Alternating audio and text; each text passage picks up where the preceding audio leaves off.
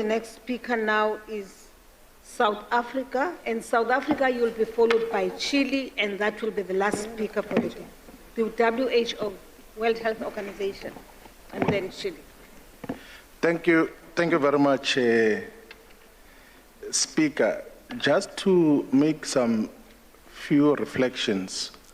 One is that in the 144th Assembly of the IPU in Nusa Dua in Indonesia, the emergency item was about the conflict in Russia and Ukraine. In the 145th Assembly in Kigali in Rwanda, the emergency item was on Russia and Ukraine. And here now we're discussing an emergency item which, when was presented, was supposed to be about humanitarian crisis in Afghanistan and Yemen and other countries as well. But now the debate is being shifted back to Ukraine and Russia, as if those are the only issues that concern the entire world. That is problematic for mostly Western European countries to want to force-feed the IPU member, please of their own agenda. Deal with the humanitarian crisis, please. Yes, I'm dealing with that. And then I want to give context that there has to be, of course, concern about the humanitarian crisis that is obtaining in all the countries that are identified in the draft resolution.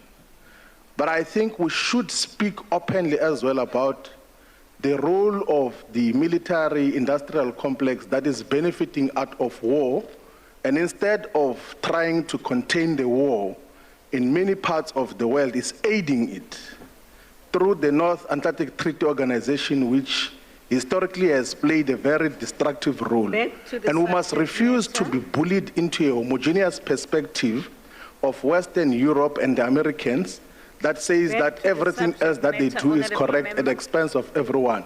That every time there's global gatherings, all of us are forced into discussing their issues when there are many crises all over the world, as if all of us are just accompanying you here to just discuss your issues when you do not give any consideration of what is obtaining in many other parts of the world. So, Speaker, I think we should express serious discomfort that all the time we have to be bogged down to what are the interests of countries which historically are associated with colonialism and repression of the world. It's unacceptable. Thank you. That is the contribution. Thank you very much. Thank you very much, Honorable Member.